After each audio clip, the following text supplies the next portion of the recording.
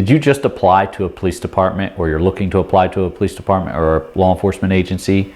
The number one thing you need to worry about right now when it comes to submitting your application and getting ready for the process is your physical fitness test.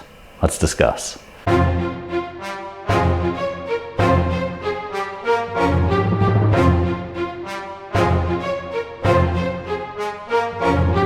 So you've applied to an agency or a department and you got the letter saying your application's been accepted. We'd like to invite you out to our physical fitness test on these dates and please select these dates.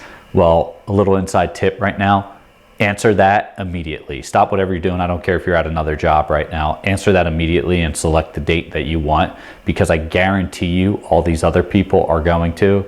And if you don't hurry up, you're not going to get the date you want. So that's my first piece of advice to you. My second piece of advice is you need to go on the websites of each department you're applying to before you even apply to them. I'm talking about if you think law enforcement is something you want to go into, you need to start looking at the departments you're going to apply to and look at their physical fitness test standards. And they're all on their websites, usually under their police recruiting page or their hiring page, what have you. But you need to go look at that, and you need to start prepping right now. And if you don't prep right now, you're going to be behind the curve, because you're going to have other people that are out there that are just physically inclined and just have that natural physical ability, or that's their thing. They might not like to read, but they love to work out, and you're going to have to compete against them. And these are the first impressions you're going to make with a police department or a law enforcement agency.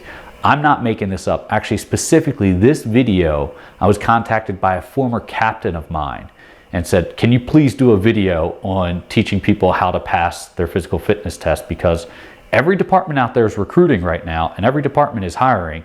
Staff shortages are across the nation.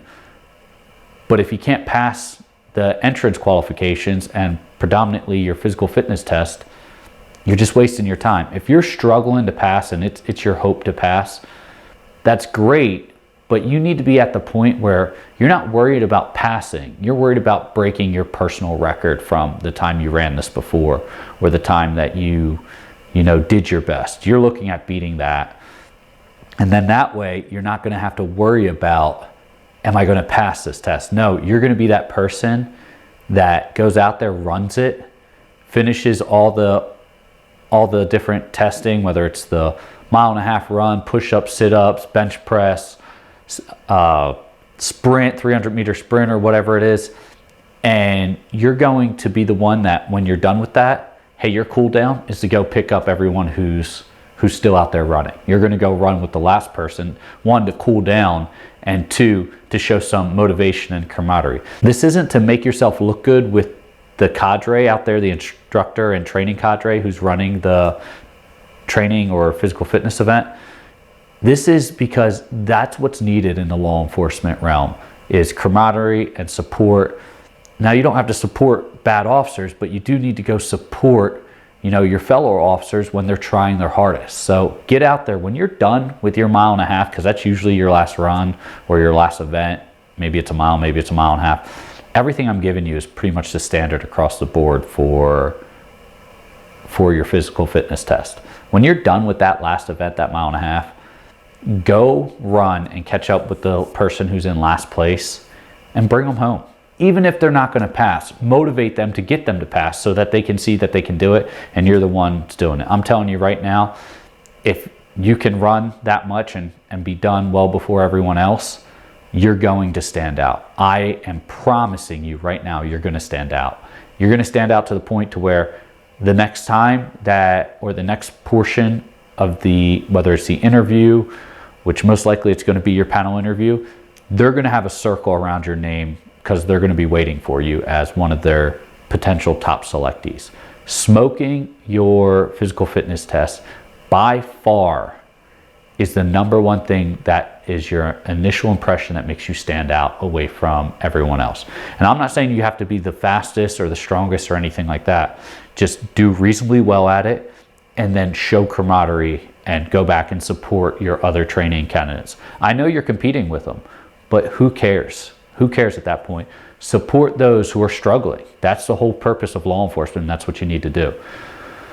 So you go out there, you're looking like, hey, I'm going to start applying to law enforcement, or I'm going to start applying to police departments.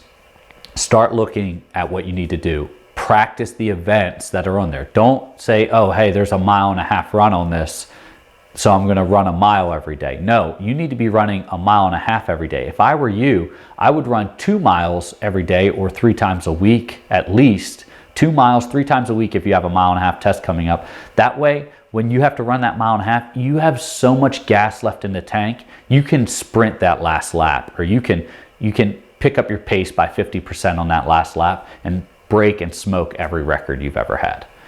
Keep that in mind. This is just some advice from me to you, and as someone who has pretty much crushed every physical test I've ever went to. I'm not bragging, I'm just saying I've crushed every physical test I went to, and early on when I was testing for every police department that I've tested for, at the point of time which I was already working as a police officer, I like just going to the test, not to transfer agencies, but just to test me and compete against myself with other people, so that I can see if, one, am I losing a step, if I still got it, and just to keep myself accountable.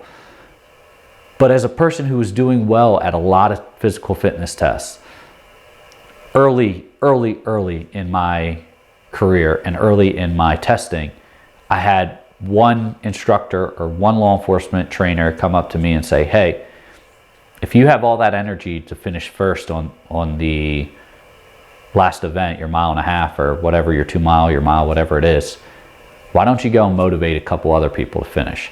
And it was like a light bulb for me. It clicked, like, yeah, I'm not tired. I mean, yeah, I gave it my all, but of course I can go run a nice easy pace, well, a pace that would be considered easy for me, and start, motivating others. Because as law enforcement, we have that obligation to, to paint a good picture of the profession. And make no mistakes, this is a profession, this is not a job. If you think law enforcement is a job, you're doing a lot of work and a lot of pain and suffering for a job, and that's not something I would recommend. For a profession, absolutely, invest in your profession, invest in yourself professionally, but don't do it just for a job. I hope this helps. I hope you stay safe out there. Remember to hit the subscribe button. Please definitely hit the subscribe button. If you got time, hit the like button. And as always, down below is my free gift to you. It's how to gain consistent search consent. So make yourself the top cop in the department. And everyone's wondering, how the heck does Smith always get consent to search everyone, or search their cars, or search their vehicle? Everyone just voluntarily gives them consent. I'm over here worried about getting sued for a Fourth Amendment violation. This free training program will take care of that for you. It's my gift to you. I hope you enjoy it. As I said before, stay safe. I'll see you next time.